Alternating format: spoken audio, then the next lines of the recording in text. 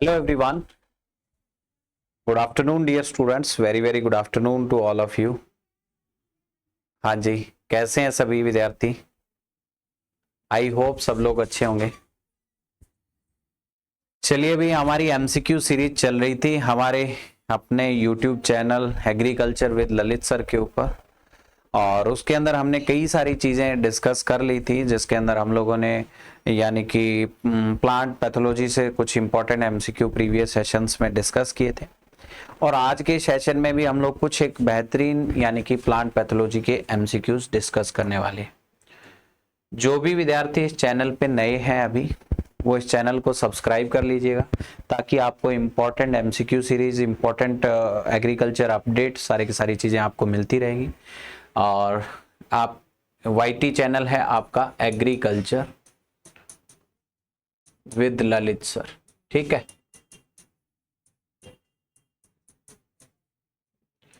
ये आपका YT channel, ठीक है। इसको सब्सक्राइब कर लीजिएगा, ज़्यादा से ज़्यादा अपने दोस्तों में शेयर करेंगे। और इसी के साथ शुरुआत करेंगे आज का पहला MCQ. Fungi has food storage in the form of. कवकों में खाद्य संरक्षण का रूप है, यानी कि फंजाई के अंदर फूड स्टोरेज जो है वो किस फॉर्म के अंदर होता है। ए नंबर ऑप्शन कहता है सेल्यूलोज के रूप में होता है, बी नंबर ऑप्शन कहता है ग्लाइकोजन के रूप में होता है, सी नंबर ऑप्शन कहता है स्टार्च के रूप में होता है, और डी नंबर ऑप्शन है आपका ग्लूकोज के रूप में होता है। तो आपको बताना है इसका राइट आंसर कि फंगस के अंदर फूड स्टोरेज जो है वो किस फॉर्म के अंदर होता है। फंगस में फूड स्टोरेज बताइए फटाफट से, बताइए भी फटाफट से, राइट आंसर दे दीजिएगा कि फंजाई के अंदर फूड स्टोरेज किस फॉर्म के अंदर होता है। चलिए राइट आंसर की अगर हम लोग बात करेंगे तो देखो, कवकों के अंदर अगर फूड स्टोरेज की बात करें तो वो किस फॉर्म के अंदर होता है भाई, ग्लाइकोजन की फॉर्म के अंदर होता है। क्योंकि ग्लाइकोजन के अंदर फूड जो है, यानी कि ये आपका पॉलीसेकेराइड ही होता है ग्लाइकोजन, और इसके अंदर क्या होगा, यानी कि डायरेक्ट इसका कंजप्शन नहीं हो पाएगा, और इसके कारण इसी फॉर्म के अंदर जो है वो इनमें फूड स्टोरेज रहता है, कंजप्शन नहीं होता है। तो फूड स्टोरेज का पूछा है तो आपका ग्लाइकोजन के रूप में होगा। राइट आंसर इसका जो बनेगा वो बी नंबर ऑप्शन है। कौन सा रहेगा right answer? B number option. चलिए नेक्स्ट क्वेश्चन की ओर बढ़ते हैं। हाँ, network of hyphae is known as. Hyphae के नेटवर्क को यानी कि तंतुओं के जाल को क्या कहा जाता है? नेटवर्क ऑफ हाइफी, हाइफी के नेटवर्क को क्या कहा जाएगा? ए नंबर ऑप्शन कहता है कि इसे थैलस कहा जाएगा, बी नंबर ऑप्शन कहता है कि इसे माइसेलियम कहा जाएगा, सी नंबर ऑप्शन कहता है इसे कोनिडिया कहा जाएगा, डी नंबर कहता है कि इनमें से कोई नहीं। बताओ भाई, राइट आंसर दे देंगे कि जो नेटवर्क होता है हाइफी का, उसे किस फॉर्म के अंदर जाना जाता है? हाइफी के नेटवर्क को क्या कहा जाता है? देखो, वेजिटेटिव स्ट्रक्चर्स की अगर हम लोग बात करें,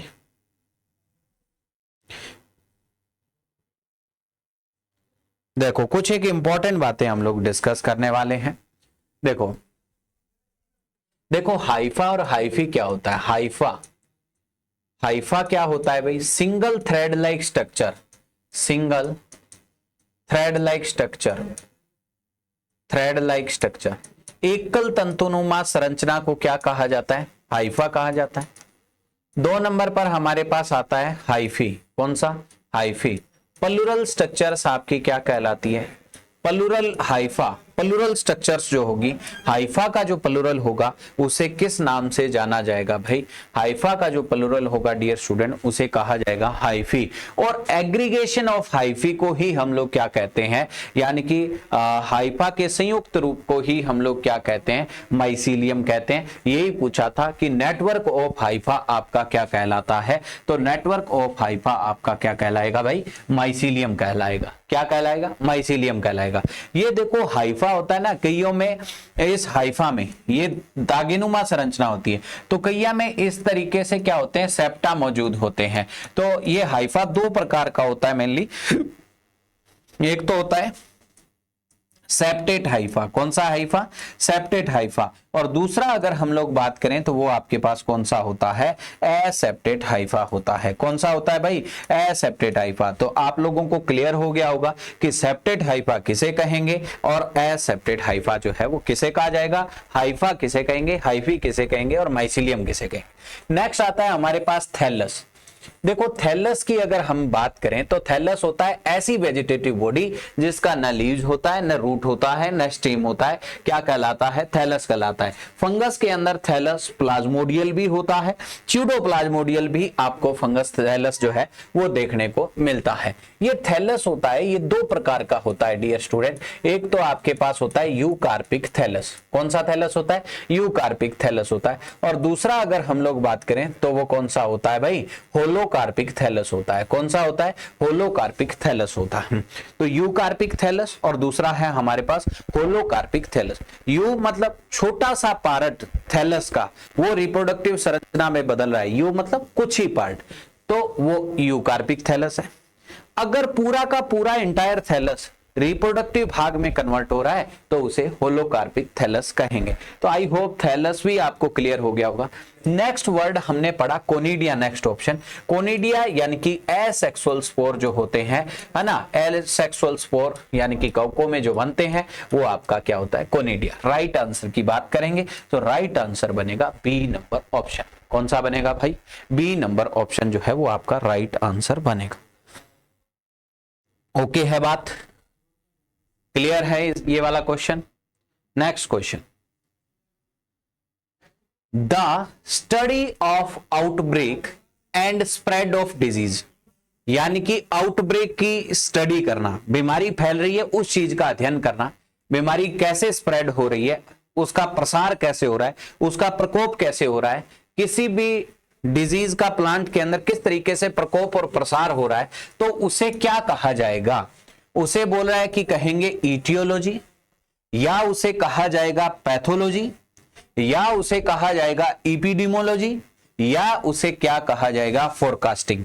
बताओ भाई, राइट आंसर दे देंगे फटाफट से, कोई भी विद्यार्थी आंसर गलत नहीं करेगा। वेरी इजी क्वेश्चन, बताओ राइट आंसर दे दो भाई।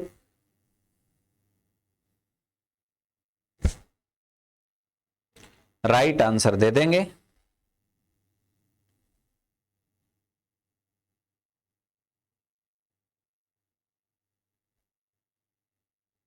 चलो क्लियर। देखो भाई, राइट आंसर की बात करेंगे तो देखो किसी भी डिजीज के आउटब्रेक और स्प्रेड की स्टडी करना ही आपका क्या कहलाता है? इपिडीमोलॉजी कहलाता है। यानी कि इपिडीमोलॉजी को हिंदी में कहा जाता है महामारी विज्ञान। क्या कहा जाता है? महामारी विज्ञान। यानी कि किसी भी बीमारी के, किसी भी डिजीज के, यानी कि पैदा होने, किसी भी डिजीज के क्या होने? पैदा होने, और इसके साथ साथ उसका यानी कि प्रभाव कितनी दूर तक है, प्रसार कितनी दूर तक है, उस चीज का अध्ययन करना ही महाविज्ञान, महामारी विज्ञान या इपिडीमोलॉजी कहलाता है। इटियोलॉजी तो हम किसे बोलेंगे? किसी कॉजल ऑर्गेनिज्म का अध्ययन करना, कॉजल एजेंट की स्टडी करना इटियोलॉजी के अंदर आएगा। वो किस तरीके का है, उसका नेचर कैसा है ना, ये सारी की सारी चीजें कॉज की स्टडी करना इटियोलॉजी है। पैथोलॉजी, लॉजी वाले वर्ड तो आप लोग जानते हो कि ये आपके कौन सी भाषा के शब्द हैं? यानी कि ग्रीक भाषा के शब्द हैं। कौन सी भाषा के शब्द हैं? ग्रीक भाषा के शब्द है। तो पैथोलॉजी दो शब्दों से मिलकर के बना है, पैथोज प्लस लोगोज। यानी कि पैथोज का मतलब है रोग, पैथोजन, और लोगोज का मतलब है स्टडी करना, रोग कारक का अध्ययन करना ही किस में आएगा भाई? पैथोलॉजी के अंदर आएगा। एपिडेमोलॉजी हम लोग पढ़ चुके हैं। फोरकास्टिंग, फोरकास्टिंग यानी कि कैसी कैसी अब कंडीशन है, भविष्य के अंदर किस तरीके की बीमारियां हो सकती है, उस डिजीज का क्या करना? फोरकास्टिंग करना। वही आपका क्या कहलाता है? फोरकास्टिंग। पहले से ही अनुमान लगाना क्या कहलाएगा? फोरकास्टिंग। और डिजीज रिस्पेक्ट में बात करेंगे तो इसे कहेंगे डिजीज फोरकास्टिंग। तो इसका राइट आंसर जो रहेगा वो आपका सी नंबर ऑप्शन रहेगा। कौन सा रहेगा dear student? C number option आपका आंसर रहेगा। क्रिस्टल क्लियर है यहां तक? कोई भी डाउट किसी भी विद्यार्थी का इन ऑप्शंस के अंदर है तो पूछ सकते हैं। बढ़े आगे नेक्स्ट। चलो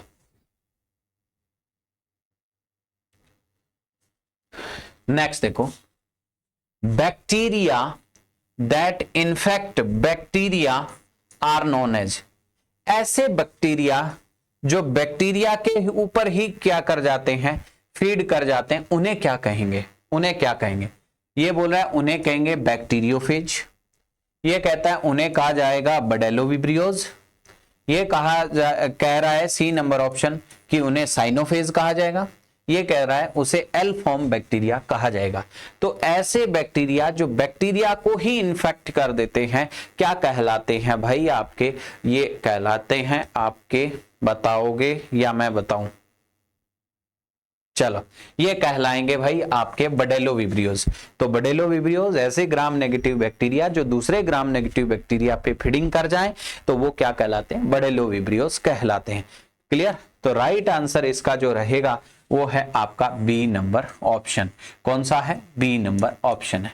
ठीक है, बैक्टीरियोफेज वगैरह आगे क्वेश्चंस में आ जाना चाहिए, है क्या? नहीं है ना, बता देता हूं। बैक्टीरियोफेज क्या होता है? बैक्टीरियोफेज है एक वायरस, बैक्टीरियोफेज एक क्या है? वायरस। और वायरस ऐसा है जो आपका खुद का मल्टीप्लिकेशन करता है या खुद को, यानी कि किसके ऊपर? बैक्टीरिया के ऊपर। खुद का सर्वाइवल जो है वो किस पे करता है? बैक्टीरिया के ऊपर। तो इसे क्या कहा जाएगा? आपका बैक्टीरियोफेज। तो bacteriophage it is a kind of virus, और जो आपका बैक्टीरियल सेल्स के ऊपर फीडिंग करेगा, बैक्टीरियल सेल्स के ऊपर रहेगा, वो क्या कहलाएगा? बैक्टीरियोफेज कहलाएगा। और बडेलोविब्रियोस होते हैं ऐसे ग्राम नकारात्मक बैक्टीरिया जो दूसरे ग्राम नकारात्मक पे फीड करें, बडेलोविब्रियोस कहलाते हैं। राइट आंसर रहेगा बी। नेक्स्ट क्वेश्चन, चलिए नेक्स्ट आता है white rust of mustard is caused by. गेहूं सरसों के अंदर जो सफेद रस्ट की समस्या है, व्हाइट रस्ट की समस्या, वो किसके कारण होती है? ए नंबर ऑप्शन कहता है पक्सीनिया ग्रेमिनिस के कारण होती है, बी नंबर कहता है पक्सीनिया रिकोंडिएटा के कारण होती है, सी नंबर कहता है पक्सीनिया एरेकिड्स के कारण होती है, और डी नंबर कहता है आपके पास एल्बुगो कैंडिडा के कारण होती है। तो बताएंगे फटाफट से, यानी कि क्या यानी कि इसका आंसर होगा।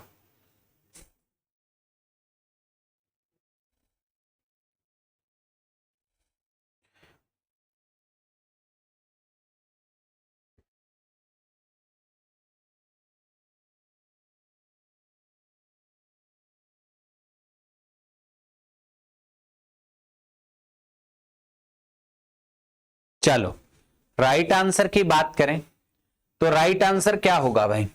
देखो ये व्हाइट रस्ट है, ये वास्तव के अंदर वैसे कोई रस्ट नहीं होती है, ये वास्तव के अंदर कोई रस्ट नहीं है, ये व्हाइट रस्ट ब्लिस्टर भी इसका नाम अपन बोल देते हैं।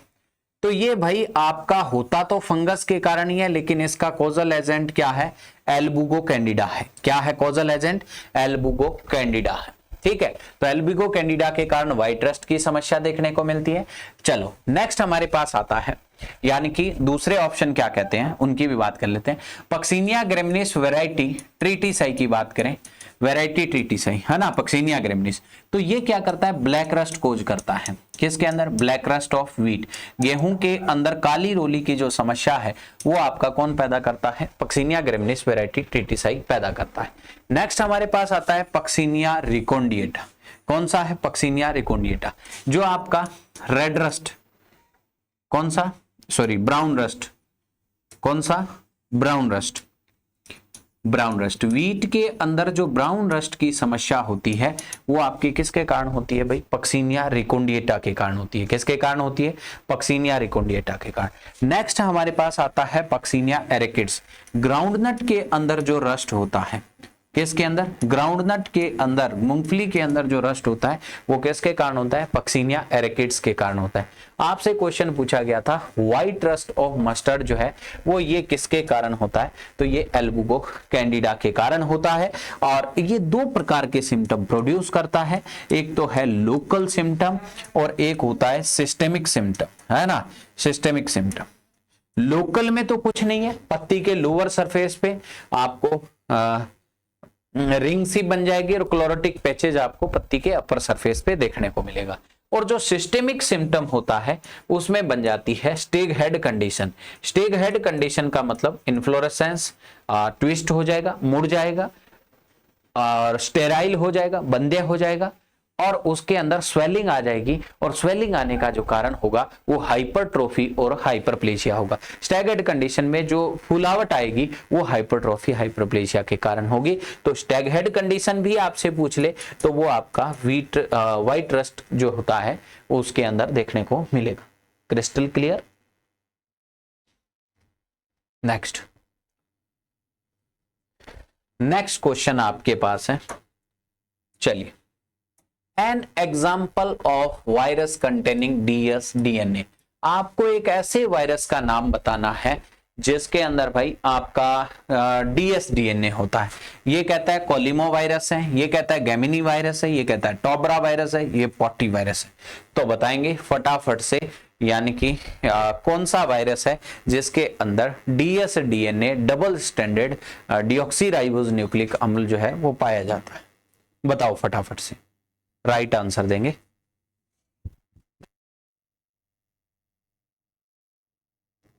बताओ फटाफट से। चलिए राइट आंसर की ओर बढ़ेंगे तो यानी कि dsDNA किसके अंदर देखने को मिलता है। तो dsDNA की बात करें तो ये होता है कोलिमो वायरस के अंदर। किसके अंदर? कोलिमो वायरस के अंदर। देखो वायरस बॉडी होती है ना, उस वायरस के पास या तो RNA होता है या क्या होता है DNA होता है, या क्या होता है RNA होता है या क्या होता है DNA होता है। RNA या DNA में से कोई एक होगा। अब मोस्टली जो वायरस होते हैं, प्लांट वायरसेज होते हैं, वो सारे के सारे उनमें RNA होता है, लेकिन कुछ एक होते हैं जिनके अंदर dsDNA भी आपको देखने को मिलेगा। ठीक है, तो dsDNA आपको कोलिमो वायरस के अंदर देखने को मिलेगा। ठीक है, तो ये आप लोग इसके अंदर याद रखेंगे। राइट आंसर इसका जो रहेगा वो ए नंबर ऑप्शन है ना। मोस्टली आपके वायरस प्लांट में जो डिजीज कॉज करते हैं वो पॉटीविरिडी फैमिली से बिलोंग करते हैं, पॉटी वायरस बोल देते हैं। ठीक है, ओके है, डन। चलिए नेक्स्ट क्वेश्चन आप लोगों के सामने है। National institute of virology is located at. राष्ट्रीय विषाणु विज्ञान संस्थान कहाँ स्थित है? ए नंबर ऑप्शन है आपके पास कोलकाता के अंदर है, बी नंबर ऑप्शन है मुंबई के अंदर, सी नंबर चेन्नई और डी नंबर न्यू दिल्ली। बताओ नेशनल इंस्टीट्यूट ऑफ वायरोलॉजी कहां पर लोकेटेड है? बताओ राइट आंसर।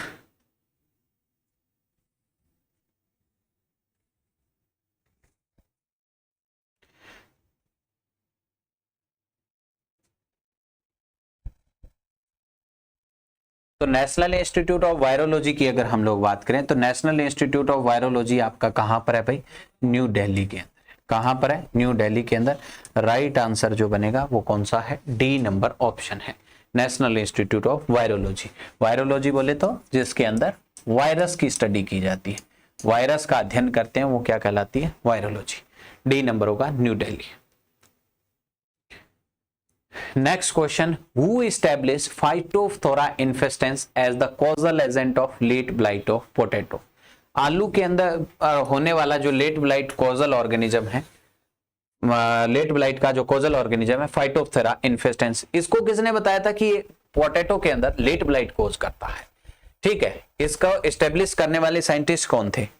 ए नंबर ऑप्शन है एंटोन डी बेरी साहब थे, बी नंबर ऑप्शन है टीजे बुरिल थे, सी नंबर है लुइस पास्चर थे, डी नंबर है एंटोन वेन ल्यूवेनहोफ थे। बताओ फटाफट से, बताओ फटाफट से,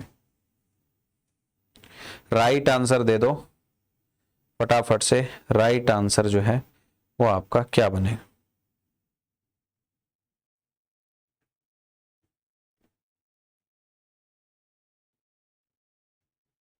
चलिए इसका राइट आंसर बता दो फटाफट से। इजी सा क्वेश्चन है, हमने जब आपको हिस्ट्री पढ़ाई होगी, अगर हमसे कभी पढ़ा है तो उस दौरान मैंने बताया होगा हिस्ट्री में एंटोन डी बेरी के पूरे यानी कि उन्होंने वीट के बारे में भी काम किया, उन्होंने लेट ब्लाइट और पोटैटो के जीवन चक्र के बारे में भी बताया था। तो एंटोन डी बेरी साहब ने ये वर्क किया था। टीजे बरिल का तो पता ही है, फर्स्ट बैक्टीरियल डिजीज को आइडेंटिफाई किया था। फर्स्ट बैक्टीरियल डिजीज को क्या किया था इन्होंने, आइडेंटिफाई किया था। किसने, टीजे ब्रिल ने। ये पहली बैक्टीरिया के कारण होने वाली बैक्टीरियल डिजीज कौन सी, फायर ब्लाइट ऑफ पियर, नाशपाती का अंगमारी रोग, ना फायर ब्लाइट ऑफ पियर, इसको डिस्कवर किया था। किसने किया था, टीजे ब्रिल ने। लुईस पास्चर जो है, इन्हें किसके जनक माना, माइक्रोबायोलॉजी के फादर ऑफ माइक्रोबायोलॉजी किसे माना जाता है, सॉरी फादर ऑफ माइक्रोबायोलॉजी है ना, कि फादर ऑफ माइक्रोबायोलॉजी जो है वो किसको माना जाता है, लुईस पास्चर को माना जाता है। माइक्रोबायोलॉजी सही है, माइक्रोबायोलॉजी। नेक्स्ट आता है Anton von Leeuwenhoek. Antony von Leeuwenhoek ने क्या किया था, पहला जो माइक्रोस्कोप है उसको, फर्स्ट माइक्रोस्कोप जो है उसको डिस्कवर करने का काम, उसको जो है वो डिस्कवर करने का काम किसने किया था, एंटनी वॉन ल्यूवेनहॉक ने किया था। तो एंटोन डीबेरी है, टीजे ब्रिल है, लुईस पास्चर है, और ये सारे के सारे साइंटिस्ट। आई होप आपको ये इनका कंट्रीब्यूशन समझ आ गया होगा। नेक्स्ट क्वेश्चन, नेक्स्ट आता है perfect stage of colletotrichum falcatum cause red rot of sugar cane is, यानी कि कोलेट्रोट्राइकम फाल्केटम जो क्या है, एक फंगस है, जो क्या है, एक फंगस है, और जो क्या करता है, गन्ने के अंदर रेड रॉट की समस्या को पैदा करता है। इसकी परफेक्ट स्टेज लैंगिक अवस्था कौन सी है, ग्लोमेरुला, ये ए यहां, ग्लोमेरुला टुकुमेनेंसिस, ग्लोमेरुला सिंगुलाटा, ग्लोमेरुला स्कीटेमेनिया। आपको बताना है कौन सा है परफेक्ट स्टेज जो कोलेट्रोट्राइकम फाल्केटम का है भाई आपका, वो कौन सा है बताओ। बहुत अच्छा क्वेश्चन है, एग्जाम में आया हुआ है।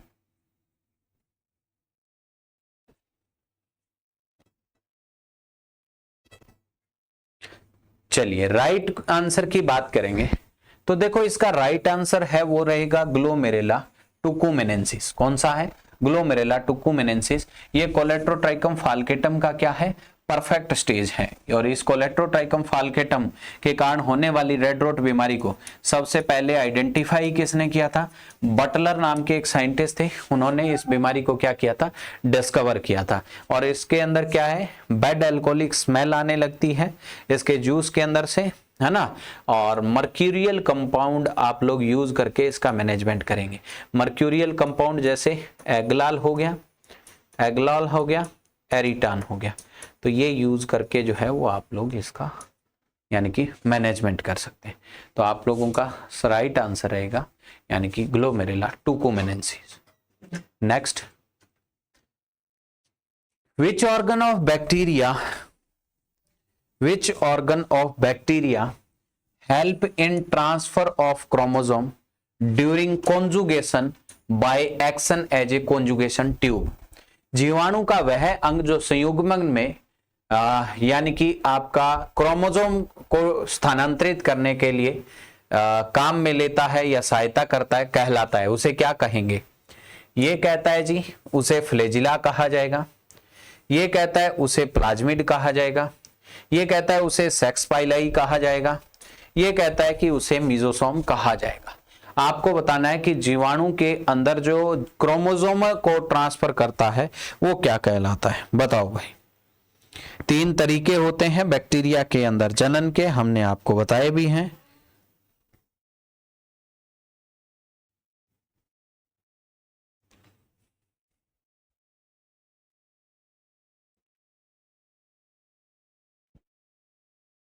जेनेटिक मटेरियल को तो ये जेनेटिक मटेरियल को क्रोमोसोम की जगह जेनेटिक मटेरियल कर लेना, क्रोमोसोम की जगह जेनेटिक मटेरियल। तो जेनेटिक मटेरियल को ट्रांसफर करता है सेक्स पाइलाई। कौन करेगा, सेक्स पाइलाई जो है वो ट्रांसफर करेगा। ये पिलीन प्रोटीन से मिलकर के बनी होती है, पिलीन प्रोटीन की। इनकी संख्या जो है वो 1 से 1000 तक कितनी भी हो सकती है। प्लाज्मिड बैक्टीरिया में पाए जाने वाले एक्स्ट्रा सर्कुलर डीएनए को, एक्स्ट्रा सर्कुलर डीएनए को क्या कहा जाएगा, प्लाज्मिड कहा जाएगा। नेक्स्ट आता है फ्लैजिला। फ्लैजिला क्या होता है, फ्लैजिलिन प्रोटीन से मिलकर के बना होता है, ठीक है। और मीजोसोम है, सेल मेम्ब्रेन की इनफोल्डिंग के पश्चात बनता है, रेस्पिरेशन में हेल्प करता है, सेप्टा निर्माण के अंदर हेल्प करता है, कोशिका विभाजन में सहायता करता है। तो right answer C number option है इसका, कौन सा, सेक्स पाइलाई के माध्यम से जेनेटिक मटेरियल का ट्रांसफर होता है। Next, bacteria are generally reproduced by, जीवाणुओं में सामान्यतः जनन होता है, किसके द्वारा होता है? ये कहता है फिजन के द्वारा होता है, द्विअंशी विखंडन के द्वारा। ये कहता है फ्रेगमेंटेशन विखंडन के माध्यम से। ये कहता है बडिंग के माध्यम से, नवोदित विधि के माध्यम से। ये कहता है इनमें से कोई नहीं। तो बैक्टीरिया के अंदर यानी कि रिप्रोडक्शन यानी कि जनन किसके माध्यम से होता है, बताओ।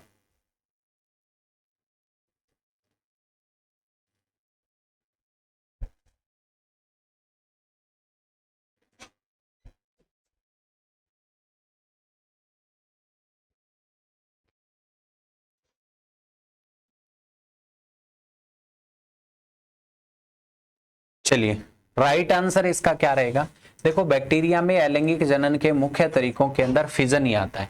फिजन के अंदर क्या होता है, ऐसे ये कोई बैक्टीरियल सेल्स है, इसमें क्या होता है, खांच बन जाती है इस तरीके से दोनों तरफ से, और ये खांच आगे बढ़ती जाएगी और ये क्या करेगा, वो इसमें उपस्थित जो मीजोसोम होगा उसको दो भागों में तोड़ देगा और एक सेल से दो डॉटर सेल्स का क्या हो जाएगा, निर्माण। तो फिजन के माध्यम से होता है बैक्टीरिया के अंदर generally reproduction.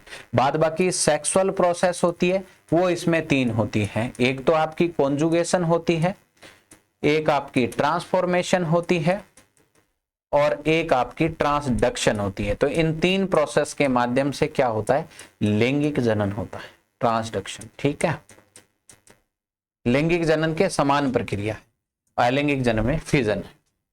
Next question, next आपके पास है which of the following pair is incorrect, निम्न में से कौन सा पेयर जो है वो इनकरेक्ट है, ये आपको बता। ये कहता है पहला उडाबाटा डिजीज जो है वो आपका इफिलिस ओराइजी के कारण होता है। ये कहता है फॉल्स स्मट जो है वो क्लेविसेप्स ओराइजी के कारण होता है। ये कहता है धान में जो शीथ ब्लाइट की समस्या होती है वो राइजोक्टोनिया सोलेनाई के कारण होती है।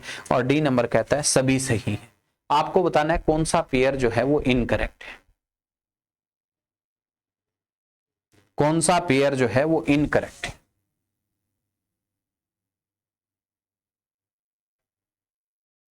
चलिए राइट आंसर की बात करेंगे तो बिल्कुल ठीक है, उडाबाटा इफिलिस ओराइजी के कारण है, फॉल्स स्मट क्लेविसेप्स के कारण है, शीथ ब्लाइट राइजोक्टोनिया के कारण। राइट आंसर जो रहेगा वो इसका है डी नंबर ऑप्शन, यानी कि सभी सत्य है। सभी क्या है, सत्य है।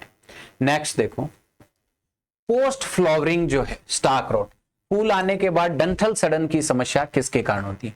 फ्यूजेरियम वर्टिसिलॉइड्स के कारण, 2 नंबर राइजोक्टोनिया स्पीसीज के कारण, 3 नंबर जिंक डेफिशिएंसी के कारण, और डी नंबर है इसका नन ऑफ दीज। बताओ कौन सा राइट आंसर।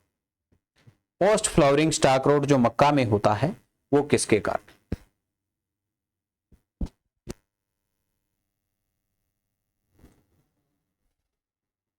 देखो राइट आंसर की अगर हम लोग बात करें तो राइट आंसर इसका जो रहेगा वो है आपका फ्यूजेरियम वर्टिसिलॉइड। राइट आंसर इसका क्या रहेगा, ए नंबर ऑप्शन, फ्यूजेरियम वर्टिसिलॉइड्स के कारण होता है। चलिए लास्ट क्वेश्चन है आज के सेशन का, कौन सा ट्रू रस्ट नहीं है, वास्तविक रस्ट कौन सा नहीं है?